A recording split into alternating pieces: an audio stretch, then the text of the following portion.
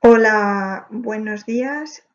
A continuación voy a realizar las explicaciones correspondientes a la parte del curso titulada Escritura técnica y científica en español.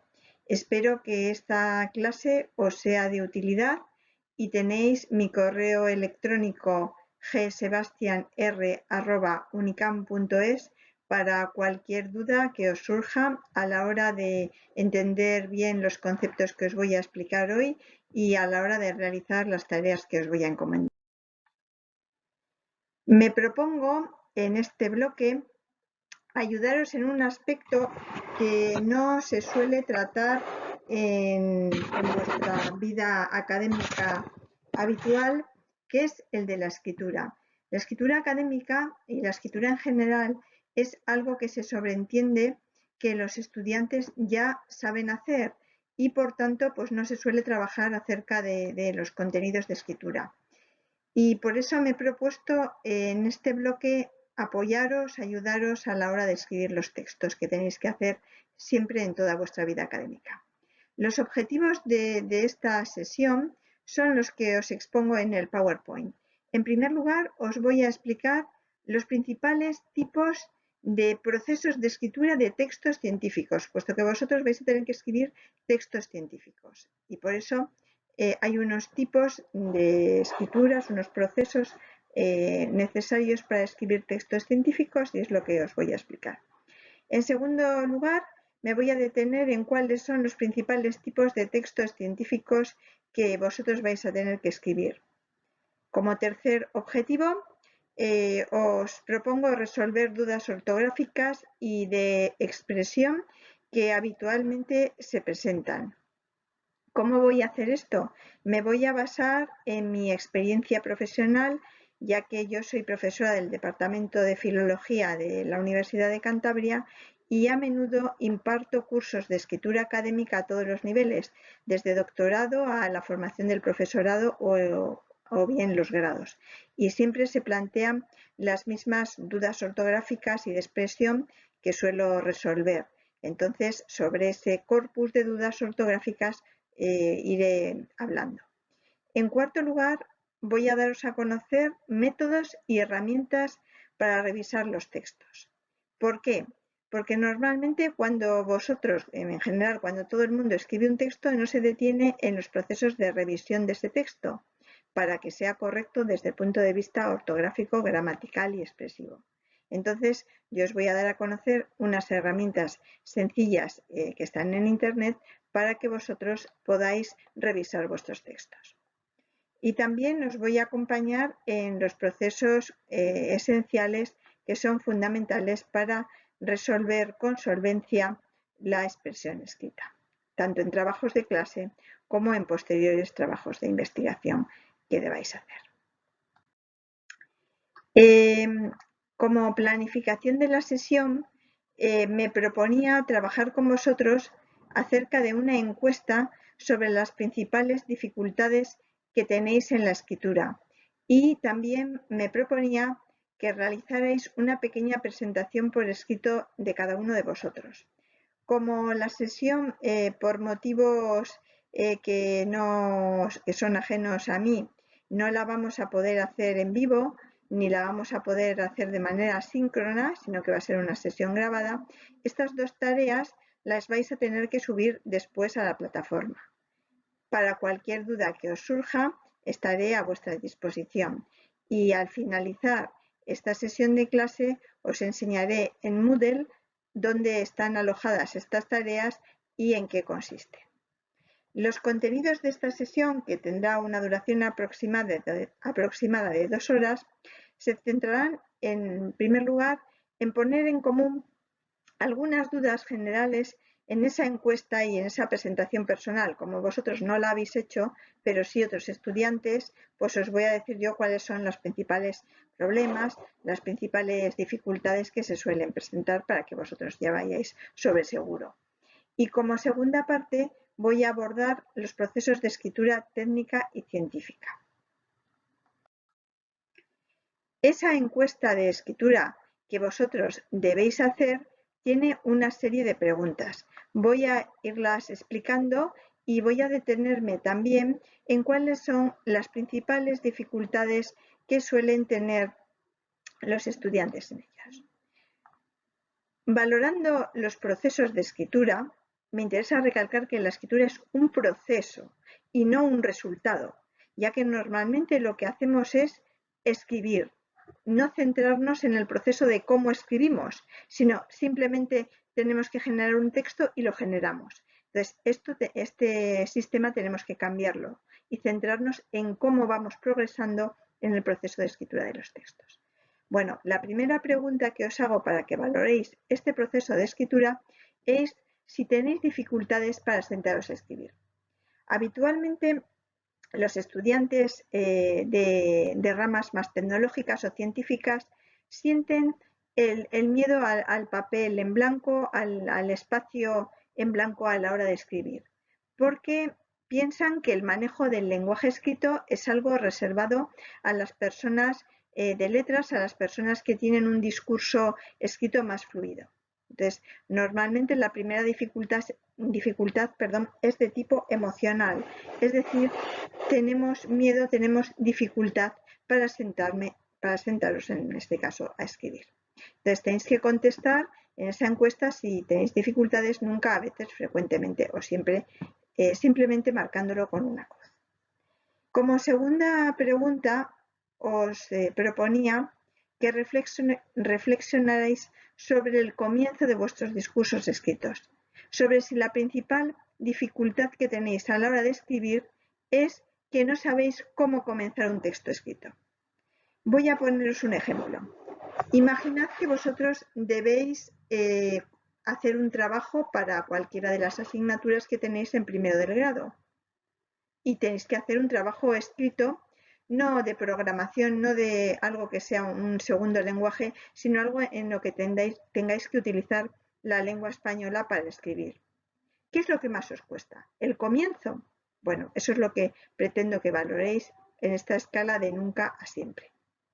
La tercera pregunta es si hacéis planes para escribir. Es decir, si os hacéis un guión de puntos, un guión donde digáis primero voy a hablar de esto, después voy a escribir sobre esto y finalmente voy a concluir con esta otra idea. La escritura de planes es esencial en todos los procesos académicos y particularmente en todos los procesos de escritura. Otra de las preguntas que os hago para que valoréis en esa escala de nunca a siempre es si escribís borradores. En cualquier ámbito de la vida, os pongo el ejemplo del deporte, si uno empieza corriendo los 100 metros lisos, al principio le saldrá muy mal, hará un tiempo muy largo y se cansará mucho. Sin embargo, conforme vaya entrenando, pues ese proceso deportivo irá saliendo mejor. Igual sucede con los procesos de escritura. Si nunca escribís borradores, nunca podréis reprogramar lo que habéis escrito para mejorarlo. De manera que una de las primeras reglas que vamos a hacer cuando realicemos procesos de escritura es escribir borradores. Quiero que valoréis, si en la escala de nunca a siempre, si escribís borradores de vuestros textos. Del tipo que sea, unas personas hacen borradores en forma de palabras, otras personas hacen borradores en forma de esquemas, pero lo que es esencial es que valoréis si escribís borradores y en caso de que los escribáis, que reflexionéis un poco sobre cómo son. Otro ítem es si vais repasando vuestros textos a medida que escribís. Los procesos de revisión, también esenciales en la escritura académica. La siguiente pregunta tiene que ver con el grado de satisfacción de los textos que hacéis. Habitualmente no estamos satisfechos con los textos que elaboramos y sin embargo no hacemos nada por mejorar los procesos de estos textos. Así que quiero que hagáis una valoración del grado de satisfacción. La siguiente pregunta atañe a los problemas a la hora de redactar textos. ¿Tenéis o no problemas a la hora de redactar textos? enlazada con esta viene la siguiente pregunta. ¿Tenéis dudas ortográficas sobre vuestras producciones escritas? Es decir, a menudo cuando estéis escribiendo un simple correo o bien un informe para clase o ya un trabajo, pensáis, ¿esto se escribe con B o con V? ¿Esto se escribe con mayúscula? Pensad, por ejemplo, en el uso que hacemos habitual de la lengua inglesa, en la que las normas ortográficas en puntos, en comas, en signos de puntuación en general y en el uso de las mayúsculas son diferentes a las del castellano. ¿Nos plantea esto alguna duda? ¿Esto se pone con mayúscula? ¿Esto se pone con minúscula? ¿Tenéis ese tipo de dudas? Bueno, pues quiero que os valoréis en esa escala de nunca a siempre qué dudas tenéis. También quisiera que valorarais sobre si pensáis en quién va a leer vuestro texto, es decir, en lo que los lingüistas llamamos la adecuación. No es lo mismo escribir un texto destinado al decano de la facultad que escribir un texto en un WhatsApp destinado a un compañero de clase. Por tanto, a la hora de escribir, cuando nos sentamos a realizar esos procesos de escritura, es determinante, es esencial que penséis a quién va dirigido vuestro texto. Y la última cuestión que abordamos en esta encuesta de escritura es si os sentís bien mientras estáis escribiendo, ya que uno de los problemas que se manifiesta, como os decía, es de tipo emocional y tiene que ver con que las personas están pensando en que los textos que están produciendo no son del todo satisfactorios y esto hace que se genere una ansiedad, pues una emoción negativa que influye también muy negativamente en el resultado del escrito. De manera que lo que quiero que hagáis como primera tarea de este módulo es, una vez que ya hayáis visto este vídeo, que valoréis vuestro proceso de escritura con estos ítems, que lo rellenéis y que lo subáis a la plataforma Moodle, pues que en el lugar que corresponda. Como segunda parte de esta explicación, os voy a hablar de cuáles son los tipos de textos que vosotros habitualmente escribís o debéis escribir, de cuáles son esos procesos de escritura que os he dicho que eran tan importantes, tan trascendentales a la hora de crear exitosamente textos y cuáles son los errores más frecuentes que se cometen en esos procesos de escritura. ¿Cuáles son los tipos de procesos de escritura de los textos científico-técnicos que son los que vosotros tenéis que abordar?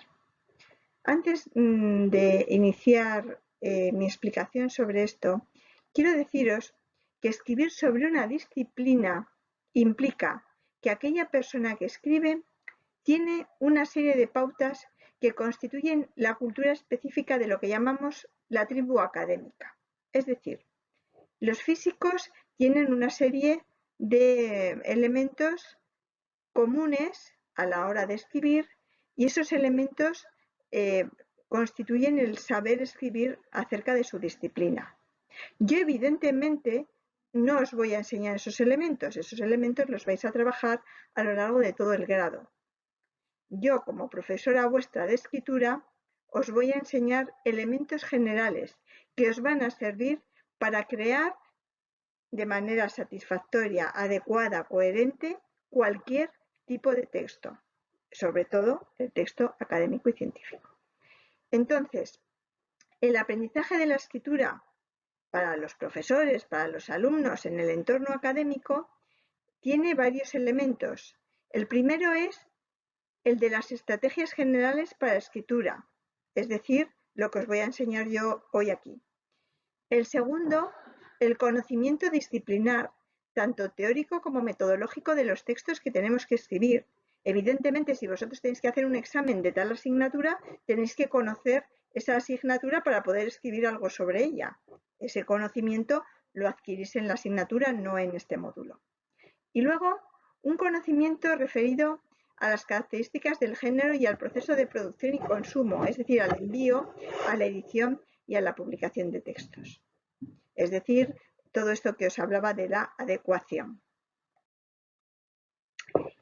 ¿Qué tipos de textos debe saber escribir o tiene que escribir un estudiante como vosotros? Que en principio es algo que nunca os planteáis, que hay que saber escribir muchos tipos de texto para alcanzar el éxito académico. Los primeros grupos de textos que tenemos que escribir son los textos burocráticos. Tenemos que saber escribir un informe, una carta, una solicitud, una autoevaluación, una instancia. Me explico. Diréis vosotros, yo estoy estudiando este grado y nunca voy a tener que escribir una carta ni una solicitud. Pues os equivocáis. Vosotros, como grupo clase, por ejemplo, si pretendéis solicitar al decanato, pues yo que sé, un cambio de horario, un cambio de examen, cualquier cuestión que queráis hacer, lo tenéis que hacer a través de una solicitud.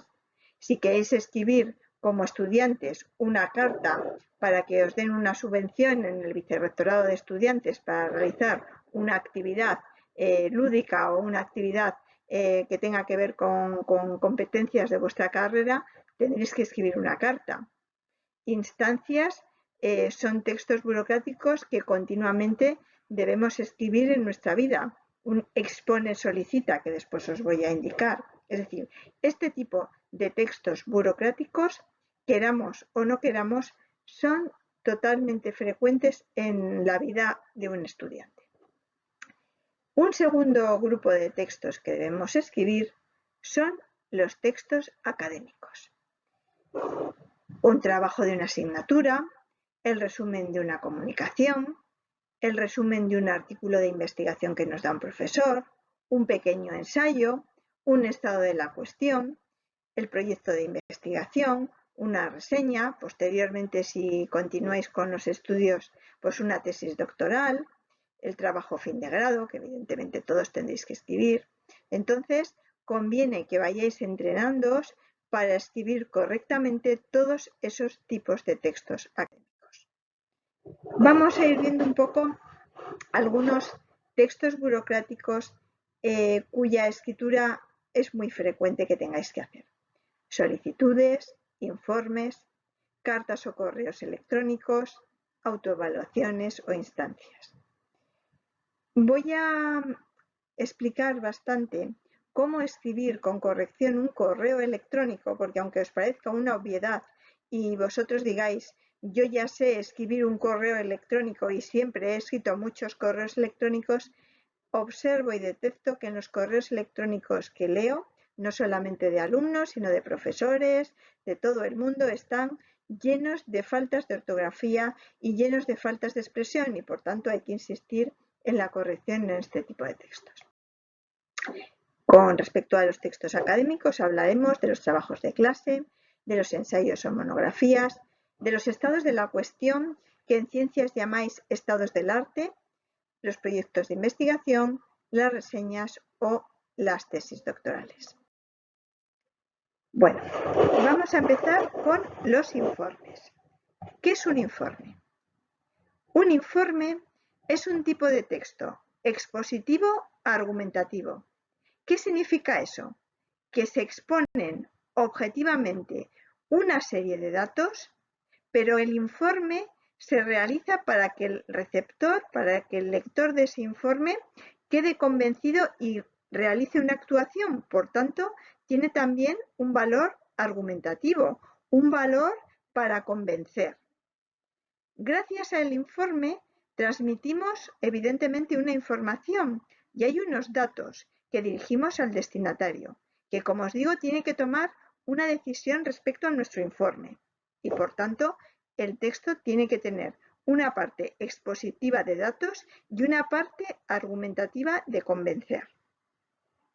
Hay un tipo de informe que vais a tener vosotros que trabajar habitualmente en vuestra vida académica, que es el informe técnico, que presenta de forma clara y detallada un trabajo científico o técnico de investigación o desarrollo y describe en qué estado o en qué situación se encuentra alguien o algo muy concreto. Este es un tipo de informe muy habitual en vuestra carrera. Otro tipo de informe es un informe administrativo que ahora mismo espero que nunca tengáis que escribir, pero que seguro que me equivoco y tenéis que escribir, y es un informe que tiene como receptor a una persona o a alguien de la administración que debe tomar una resolución con respecto a algo técnico que vosotros le decís. Vosotros como informantes en este caso o como personas que elaboran el informe deberíais manifestar cuál es vuestra opinión profesional sobre un tema y el informe administrativo sería eso, pero dirigido a la administración. Y un informe académico es un texto que elaboramos cuando terminamos un proyecto de investigación o cuando estamos haciendo un trabajo fin de grado, donde tenemos que evaluar una serie de investigaciones que hemos hecho y también algún experimento, algún tipo de práctica, y en ese informe académico tenemos que exponer los resultados. ¿De acuerdo? Entonces, el informe más habitual que vosotros como estudiantes de este grado vais a tener que hacer en vuestra vida académica es el informe técnico, aunque también vais a tener que desarrollar en el contexto universitario un informe académico del proceso de las prácticas, de un proceso de investigación. Lo habitual en este primer estadio que os encontráis es que tengáis que elaborar informes de prácticas, cuestión en la que normalmente escribís muy poco texto y escribís fórmulas o escribís resultados de la investigación.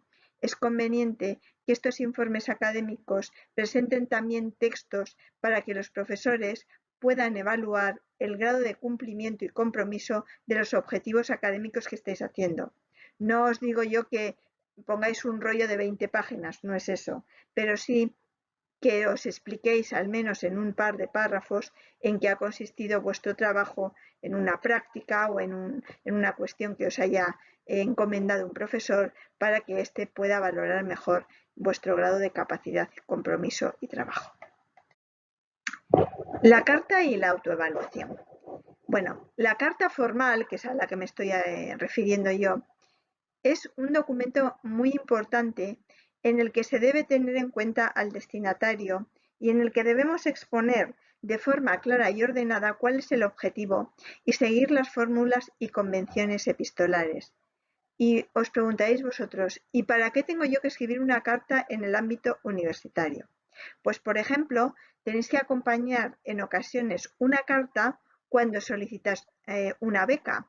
Cuando solicitas una beca, a veces de manera obligatoria y otras veces de manera optativa, se os dice que escribáis una carta diciendo cuál es vuestra motivación y cuáles son vuestros intereses y capacidades a la hora de solicitar tal o cual beca.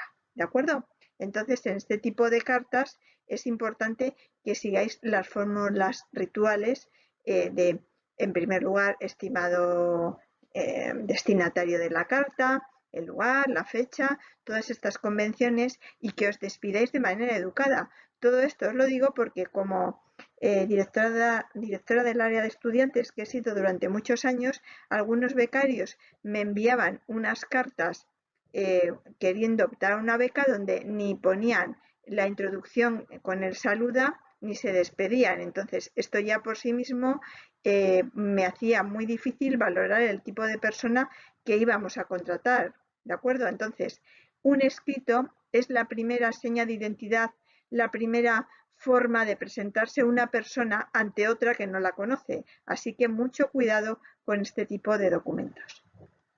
A continuación, otro tipo de documento que debéis escribir son las autoevaluaciones, que a veces van también en estas cartas que escribís para solicitar becas. Ahí tenéis que indicar del modo más objetivo posible, pues, y de manera muy breve, cuáles son vuestros méritos, intentando dar visiones generales, no demasiado detalladas y que vengan al caso del puesto, por ejemplo, para el que optamos a la beca, del tipo de puesto. Si, por ejemplo, optáis a una beca que tiene que ver con cuestiones tecnológicas, en esta autoevaluación no diréis que me gusta el cine, explicaréis pues qué tipo de herramientas informáticas conocéis o qué habilidades tenéis para el trabajo en grupo o si tenéis como característica que sois personas puntuales, ese tipo de elementos objetivos. Así que por eso os digo que os refieres principalmente a los programas que manejáis, a los sistemas que os son más habituales en informática, todo ese tipo de cuestiones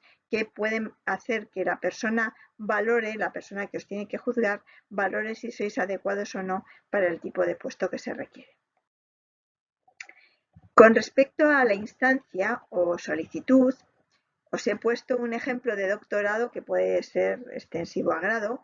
Tenéis que poner en primer lugar los datos del solicitante. Lo digo porque a veces en las colas de gestión académica, cuando os dicen haz una solicitud, la gente se queda ya un poco trabada, ¿no? Entonces es muy fácil, siempre tiene una fórmula fija, ¿eh? Entonces esto como científicos, como todo esto tiene una fórmula fija, os va a gustar y tiene pues unos datos del solicitante, el nombre, el DNI o pasaporte, el teléfono y el correo, la dirección postal, todos estos datos importantes, porque luego la administración se va a dirigir a nosotros por escrito. Entonces nosotros no podemos obviar ningún tipo de dato porque la administración luego nos escribe y si no contestamos pues perdemos esa capacidad de diálogo con la administración. Expone lo que sea, que tal, que cual. Si exponéis varias cosas, conviene que estos enunciados del expone vayan precedidos de un número. Expone primero, segundo, tercero, cuarto, ¿de acuerdo? Todo lo más ordenado posible. Y solicita. El solicita debe ser breve, pero también si tenéis que solicitar dos cosas, pues que las ordenéis también primero y segundo. Después ponéis Santander, en Santander a tantos de tantos, la fecha, porque hay unos plazos administrativos y en las instancias y solicitudes, esos plazos administrativos son muy importantes para que os digan que sí o os denieguen una solicitud. De manera que es importante poner la fecha. Y luego, finalmente, la firma. En la parte inferior de este tipo de escritos conviene que pongáis el destinatario, es decir, la persona de la administración o la entidad a la que va dirigido vuestro escrito. ¿De acuerdo? Entonces, como os digo, tres partes que no hay que olvidar: datos completos del solicitante, expone qué es lo que vosotros queréis decir y solicita qué es lo que pedís de la administración. Una firma y al final la entidad a la que dirigís esa solicitud o esa instancia. ¿De acuerdo? Bueno, un texto que sí o sí vais a tener que redactar como estudiantes es el resumen. ¿De qué textos vais a tener que realizar un resumen? Pues de cualquier artículo que os recomiende un profesor, de cualquier texto científico del que vosotros tengáis que extractar una información. Es decir, las habilidades de resumen son esenciales para cualquier estudiante universitario, yo diría que para cualquier persona. ¿Qué hay que hacer? Os voy a dar unas fórmulas, unos consejos para redactar un buen resumen. En primer lugar es conocer, leer varias veces el texto que vamos a resumir. ¿Qué suele suceder? Pues que somos impacientes. Entonces, leemos un fragmento del texto y nos ponemos rápidamente a escribir el resumen. No, es importante leer el texto en su totalidad. Hombre, si es un texto de 100 páginas no podemos hacer esto, pero si es un artículo que nos manda un profesor para clase de 10, 15 páginas o un texto más breve, tenemos que leerlo completo antes de realizar la operación del resumen. ¿De acuerdo? Ya que a veces los textos ofrecen al final el propio resumen, entonces nos obvian el trabajo que tendríamos que hacer. ¿De acuerdo? Por tanto, deberemos leer varias veces el texto que vamos a resumir, no una vez, varias veces. En segundo lugar, tenemos que extraer de ese texto la tesis, es decir, la principal idea que nos quiere transmitir el autor del texto y los argumentos que apoyan esa tesis. ¿De acuerdo? O sea, que cuando terminemos de leer un texto, tenemos que haber sacado en conclusión cuál es la idea principal que defiende, que expone, que argumenta, que quiere mostrar científicamente el autor de ese texto y cómo apoya su idea. En tercer lugar, tenemos que conocer bien la estructura del texto que vamos a resumir. ¿Y eso cómo lo hacemos? Pues después de haberlo leído, tenemos que saber si ese texto nos pone al principio la idea principal, va enrollándose con ejemplos y vuelve a resumir la idea principal, o si es un texto en el que se van encadenando varias ideas. Todos estos aspectos de la estructura de un texto son imprescindibles para poder realizar un resumen.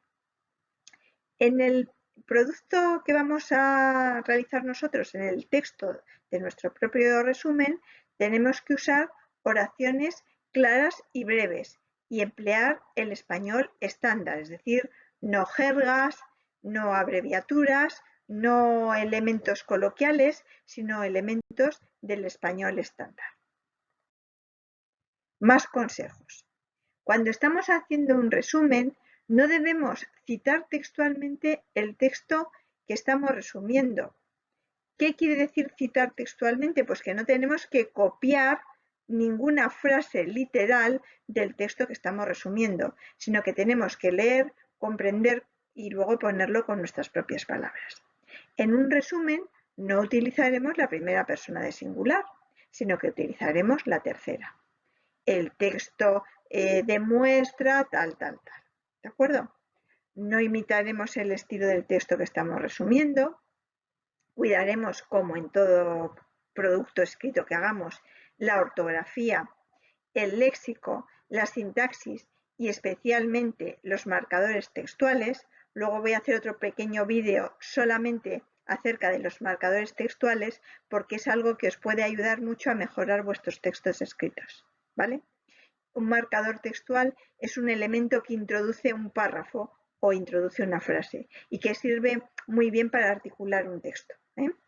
Y luego, otra prueba que podéis hacer, os aconsejo que ofrezcáis el resumen a otro estudiante que no tenga ni idea del tema que se trataba en el texto que habéis resumido, para ver si leyendo vuestro resumen es capaz de comprender algo o, por el contrario, vuestro resumen dificulta la propia comprensión del texto que estabais resumiendo. ¿De acuerdo?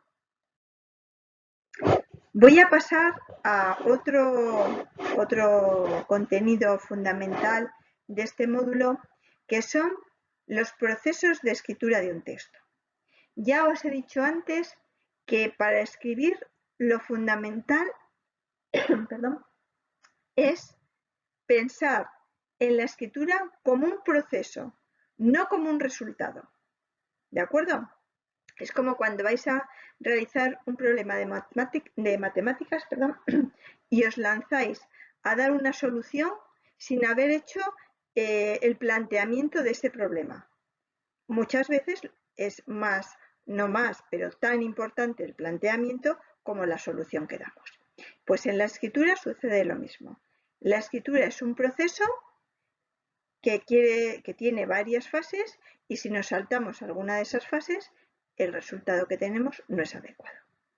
Entonces, las tres fases que tiene todo el proceso de escritura, aunque sea del texto más sencillo del mundo, son tres: planificación, textualización y revisión. Vamos con la primera parte. La planificación. Yo tengo un folio en blanco, tengo que escribir un texto, el que sea, un informe de unas prácticas, una carta, un correo electrónico. Bueno, pues tengo que planificar. Tengo que saber los tres subprocesos de la planificación, que son: ¿qué objetivos me propongo? ¿Cómo genero yo las ideas de acuerdo a la información que yo tengo? ¿Y cómo las organizo? ¿De acuerdo? Voy a poneros un ejemplo. Imaginad que yo tengo que hacer un informe de las prácticas de tal asignatura. Y el profesor me ha dado unas pautas para elaborar ese informe. Bueno, pues en el proceso de planificación, yo lo primero que tengo que tener delante son esas pautas que me ha dado el profesor a la hora de elaborar ese informe. Y decir, el profesor me manda a generar un informe donde yo diga cuántos días he acudido a las prácticas, qué procesos he realizado cada día. Bueno, pues todo eso es la información previa de la cual yo dispongo a la hora de hacer el primer proceso de planificación, establecer qué objetivos y generar ideas. Una vez que yo tengo como base un texto, tengo que organizar las ideas. ¿Cómo las organizo? Por orden de importancia o bien las organizo de manera cronológica. Imaginad que estáis haciendo un informe de prácticas, pues evidentemente tenéis que decir cuántos días habéis ido a las prácticas, qué habéis hecho cada día, qué resultados habéis logrado, todo eso. Sería el tercer ítem, la organización de las ideas. ¿Vale? Bueno, no me podéis contestar, pero todas las dudas os las iré solventando por correo electrónico o en alguna otra sesión que concertemos. El segundo proceso, después del proceso de planificación, es el proceso de textualización, crear el texto. ¿Cómo creamos el texto? Pues de acuerdo a unos procesos grafomotores, sintácticos, semánticos y textuales. Es decir, grafomotores ahora mismo lo escribimos en el ordenador, si no nos lo piden por escrito. Sintácticos, pues establecemos oraciones coherentes, no ponemos frases sin verbo, cosa muy habitual que leo yo mucho, y todo esto tenemos mucho cuidado de poner pues las cuestiones semánticas y sintácticas bien ordenadas. Y luego creamos un texto. Texto que en el tercer proceso, que es el proceso de revisión, vamos a volverlo a leer, a ver qué hemos puesto. Si hace falta lo podemos leer en voz alta, porque a veces leerlo en voz alta nos ayuda bastante para saber sobre todo los signos de puntuación, dónde nos tenemos que parar, cómo tenemos que poner una coma, dónde, cuándo un punto y aparte, cuándo un punto y seguido, cuándo un punto y coma. Todo eso lo realizamos en los procesos de revisión, donde editamos un texto, si estamos en el ordenador, lo leemos en voz alta y sí o sí siempre reescribiremos algo. El buen escritor, y cuando hablo del buen escritor de un texto académico, no de un escritor novelista o poeta, el buen escritor reescribe continuamente sus textos. ¿Por qué?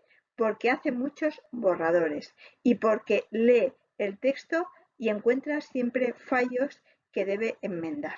¿De acuerdo? Bueno, repito esta diapositiva porque es muy importante.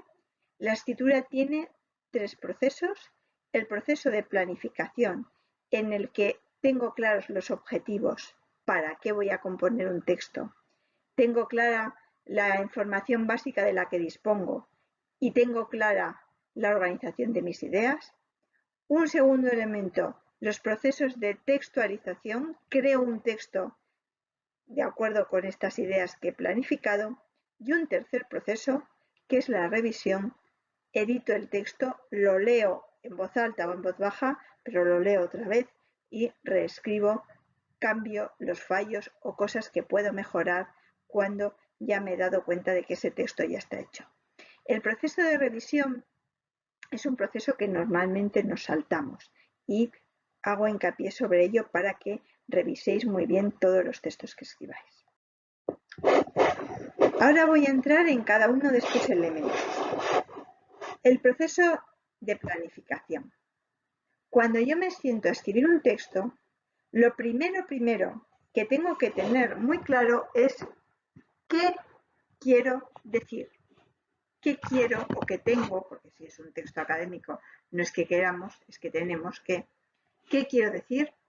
En segundo lugar, ¿a quién se lo tengo que decir? ¿A quién es el destinatario? ¿Un profesor, otro estudiante de mi grupo? ¿De acuerdo? ¿Una autoridad académica? ¿A quién?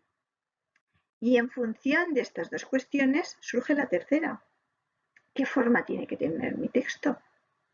¿Cómo lo quiero decir o cómo lo tengo que decir? ¿De acuerdo? O sea, la primera pregunta es ¿qué quiero decir o qué tengo que decir? La segunda, ¿a quién? Y la tercera, que sale en función de las otras dos es la estructura o la forma que va a adquirir el texto que yo tengo que desarrollar. El segundo punto al que me refería es la textualización.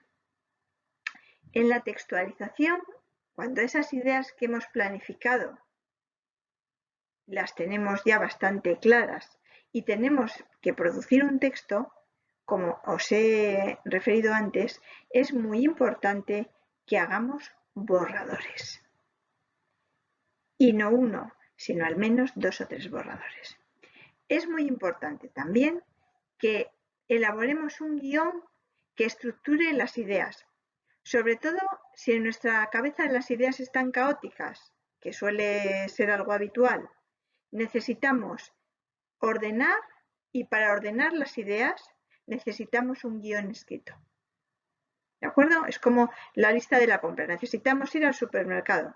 Necesitamos una lista de los productos que vamos a adquirir. Esa lista nos va a ordenar a la hora de coger estos productos o coger otros.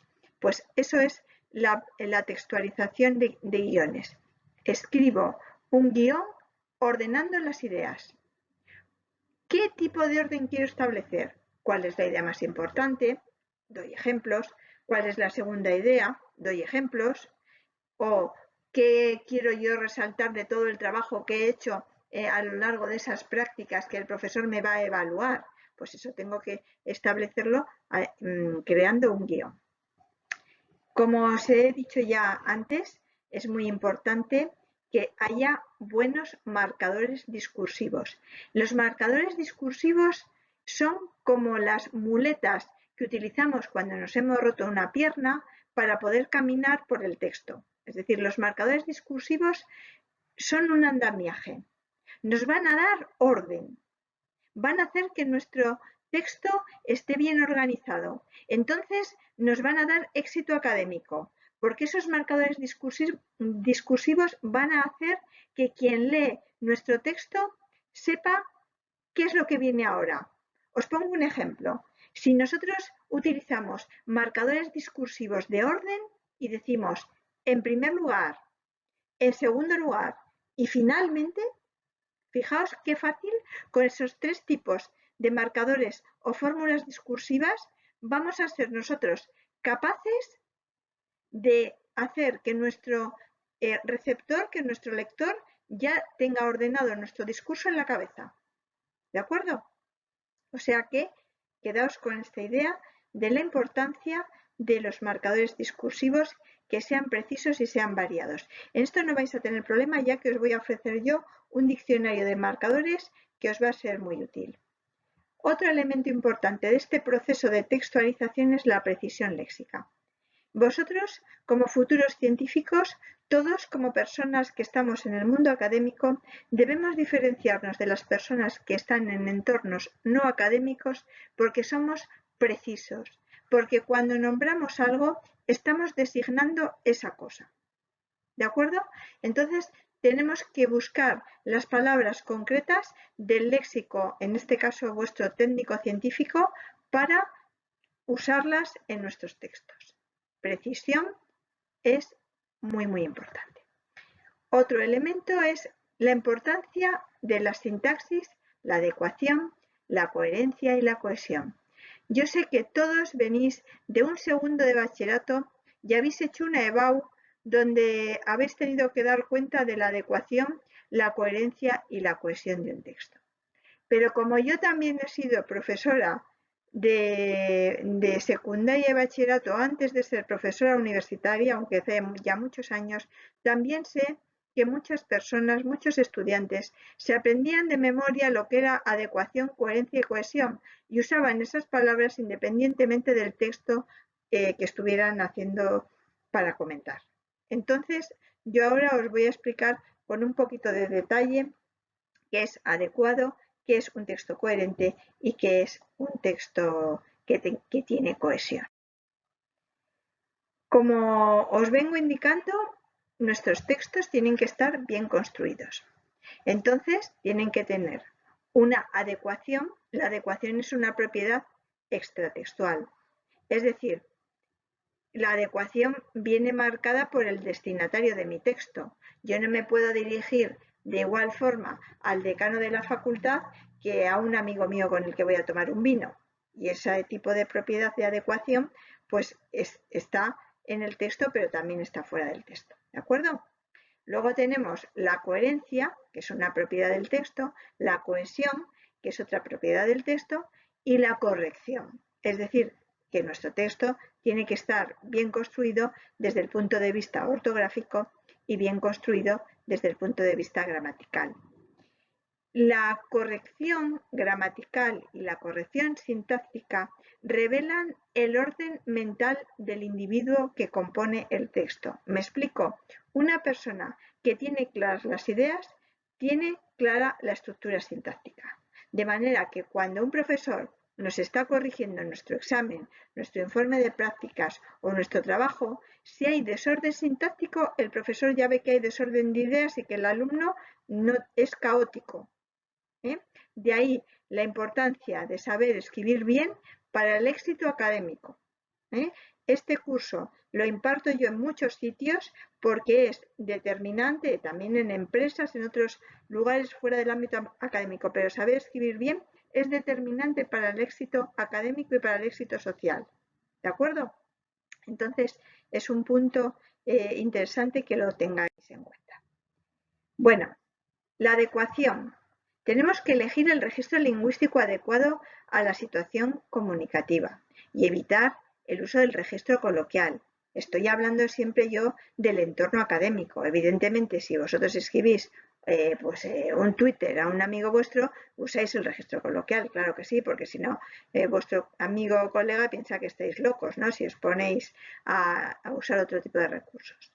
Entonces, cuando estamos en un texto académico, usamos un registro lingüístico adecuado a esta situación académica.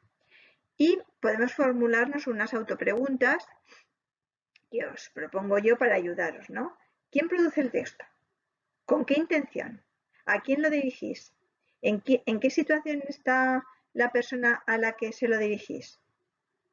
Me explico. Si vosotros estáis en desventaja comunicativa, es decir, si estáis escribiendo un informe para un profesor que luego os va a poner una nota, evidentemente tenéis que tener mucho cuidado con el tipo de texto que producís para que no resulte ofensivo en ningún grado y sea lo más ordenado posible. ¿De acuerdo? Entonces, ¿cómo se presenta? ¿Qué disposición tipográfica tiene? Que esté bien organizado en cuanto a párrafos, que esté bien claro el propósito, que se marquen bien las relaciones entre el emisor y el receptor y que se tenga en cuenta con claridad cuál es el género discursivo, son elementos muy importantes que nos pueden traer complicaciones o nos pueden traer éxito académico. ¿De acuerdo? La coherencia. Nuestros textos tienen que ser coherentes. ¿En qué sentido? La coherencia es la propiedad que facilita a nuestro lector del texto sacar una idea global muy clara de qué hemos querido decir. Cuando un escritor de un texto académico es coherente, nosotros leemos este texto y rápidamente entendemos lo que nos ha querido decir, porque la información que nos aporta es relevante, porque nos va introduciendo nueva información a lo largo del texto.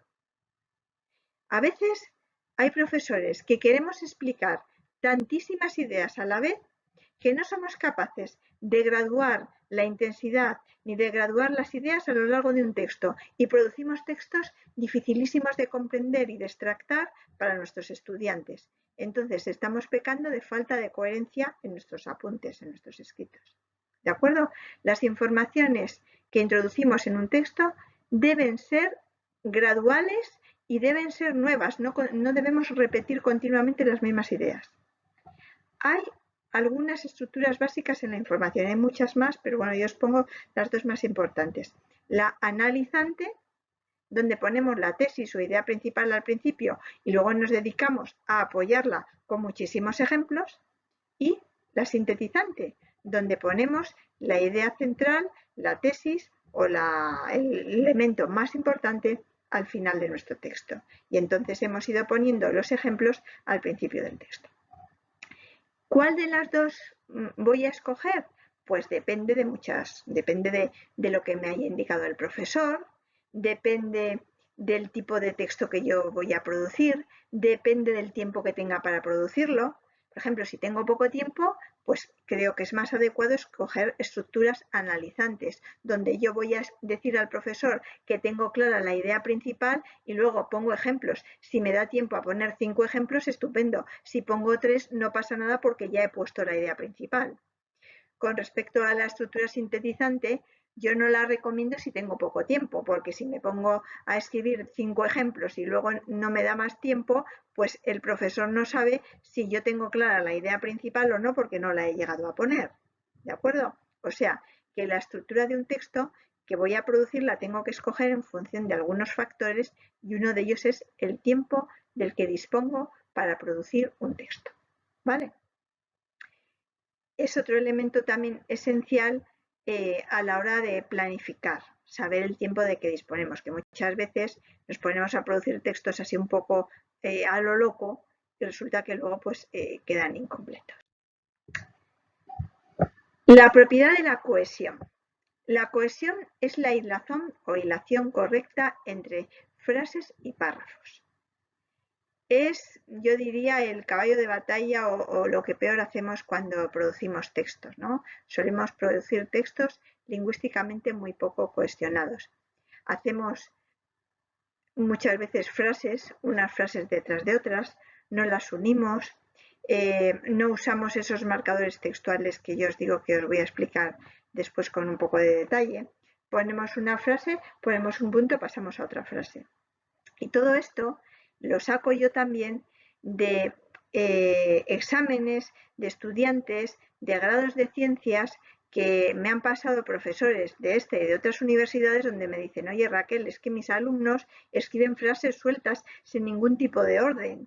Entonces, a ver si por favor en el módulo de escritura les puedes ayudar para que no produzcan frases cortas de sujeto, verbo, predicado y a otra cosa, sino que vayan hilando unas ideas con otras, porque esto es un síntoma de que tienen claro un discurso verbal y de que producen ideas adecuadas, ideas de calidad, ideas de fuerza, ¿vale? Entonces, todo esto lo vais a mejorar mucho con el uso de esos marcadores textuales. O sea, que ojo a la propiedad de la cohesión textual. Y, como os decía, la propiedad de la corrección. ¿Cómo se hace la corrección de un texto? Pues lo hacemos a través de los procesos de revisión. Releemos continuamente lo que hemos escrito después de haber hecho borradores. Ya hemos dicho que es imprescindible realizar borradores. Y también tenemos unas herramientas de revisión ortográfica y gramatical. Muchas de ellas están online, en línea, de manera que podemos hacer uso de ellas. ¿De acuerdo? Bueno, ¿cómo podemos resolver esas dudas ortográficas o de expresión que tenemos todos? El que diga que no tiene dudas ortográficas o de expresión, miente. Todo el mundo las tenemos y todo el mundo las vamos resolviendo. Pues lo hacemos a través de la relectura del texto, de la reescritura, cuando un párrafo nos ha quedado raro o no sabemos muy bien lo que hemos querido decir, tenemos que volverlo a reescribir, de los diccionarios y manuales de dudas. Yo os propongo dos, el del DRAE, el diccionario de la Academia Española, el Buscón, que es es la parte léxica para buscar palabras, cómo se escribe tal palabra, pero si no también podéis entrar en la página web de la Real Academia y hay buscadores de dudas que son bastante potentes.